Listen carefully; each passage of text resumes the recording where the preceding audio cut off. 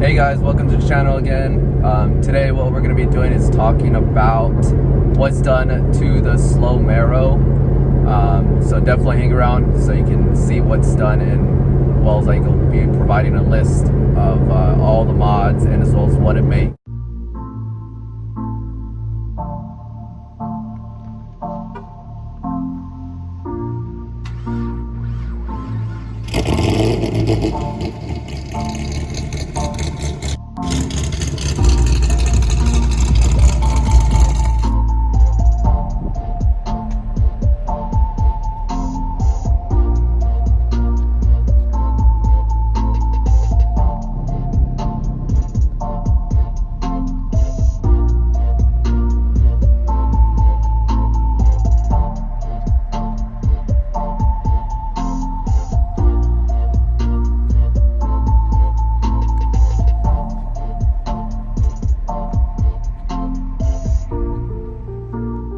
Okay, so I get this question a lot on what's done to the car.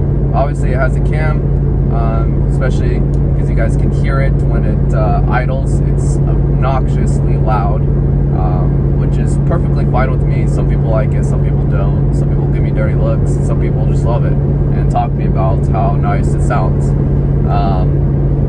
So we will start with the bolt-ons first of what I did to the car prior to getting a cam installed. So we did long tube headers, Texas Speed long tubes. They're 1 in 7/8. Has no catalytic converters, so it's running catless right now. And then we have a Resonator Delete that was in the middle of under the vehicle. And then we still have the stock mufflers, which still sounds pretty nice still. I'll probably keep the stock mufflers. But that's what we done the first, probably like first four or 5 months of having the vehicle. And then right after that, what we did is we did ported stock intake, and then we did ported throttle body as well. You don't see much of a difference, but it still gets air flowing a little bit better, especially when the intake has no restrictions, doesn't have the little poles in the middle, which are 3, I believe. So that's what we done to the vehicle itself. We didn't get it dynoed, so we didn't know what it made. It is automatic, so it probably made maybe almost 400, if not a little over 400, with just the long tubes and that. And then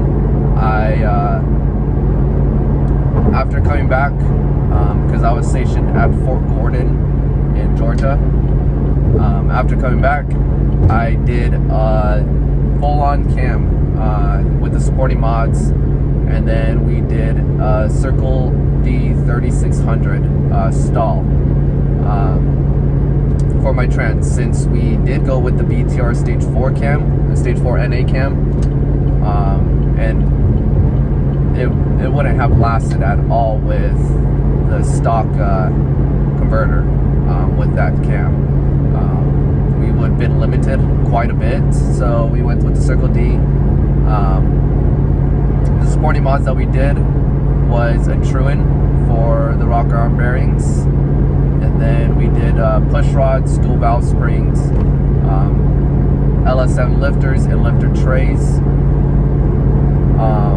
and then obviously new gaskets and bolts for the heads, and then the stock converter, and that was pretty much it, other than a tune, which we did get it tuned obviously, and then we got a dyno tune to see what it made with the whole new setup. So that was after the bolt-ons that I did. So the next thing that we did was obviously dyno tune it. We did get it tuned at a place, it's in East Mesa. I can't remember what the place is called, but it made 490, around almost 490 horsepower and 440 torque to the wheel, which I was pretty happy because I was only shooting for mid 400s, especially in it being automatic, but it did help with getting a stall converter or an aftermarket stall, so that helped quite a bit, especially to lay down the power with the cam. And keep in mind, this was done in I think August, September, so it still was quite hot when we were getting it tuned.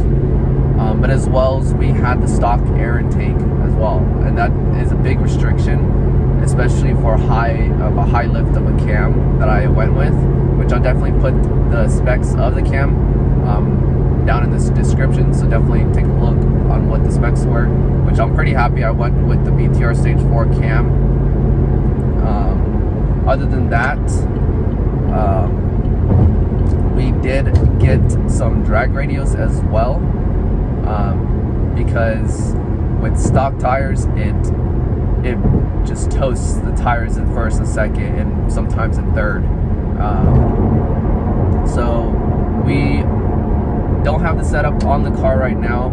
They're actually put away, but we have 18-inch rims, and we are with the Nito drag radios. I can't remember. I think it's a 555 drag radios.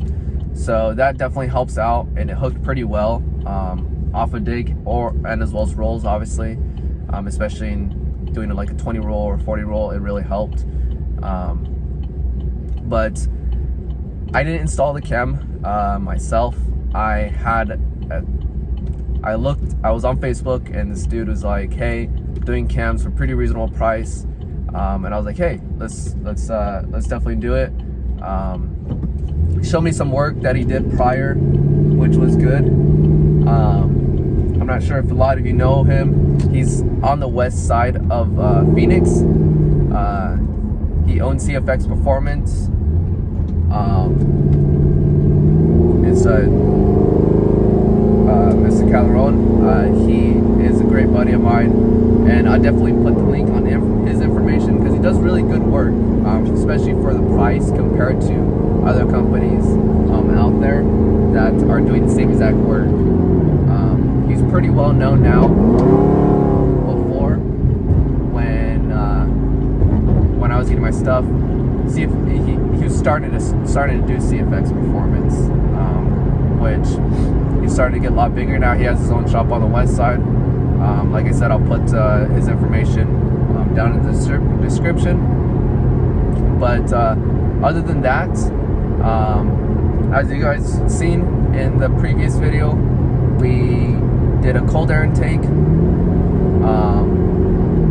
so that helped us out. And then for the future, what we are going to do is a flex fuel sensor, new Holley fuel rails. What else? Can't remember. Oh yeah, trans cooler, because this transmission does get pretty hot, especially in the Arizona weather during the summertime.